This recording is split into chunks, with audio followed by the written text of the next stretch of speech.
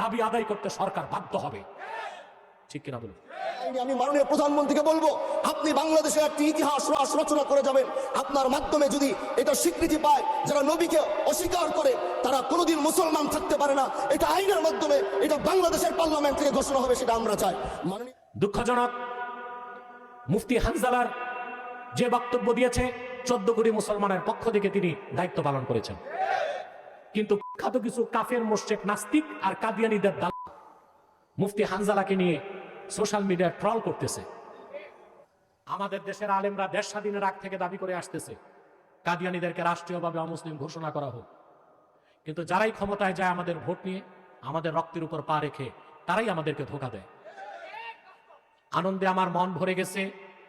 গতকাল বা গত পরশু খেলাফত মজলিসের একজন এমপি মাওলানা মুফতি হানজালা, বিরোধী দলের আছেন, তিনি সংসদে সরাসরি স্পিকারকে বলেছে কুখ্যাত কাদিয়ানীদেরকে রাষ্ট্রীয়ভাবে অমুসলিম ঘোষণা করা হোক।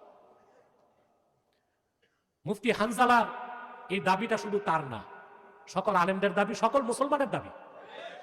অতএব আমি চাই সংসদে বিরোধী দলের বাকি যারা আছে তারাও তার সাথে, মুফতি হানজালার সাথে একত্রতা ঘোষণা করুক, এবং তারা প্রত্যেকেই কুখ্যাত কাফের কাদিয়ানীদের রাষ্ট্রীয়ভাবে অমুসলিম ঘোষণার দাবি সংসদে উত্থাপন করুক। তারা থাকবে সংসদে, আমরা থাকবো রাজপথে। দাবি আদায় করতে সরকার বাধ্য হবে। ঠিক কিনা বলুন?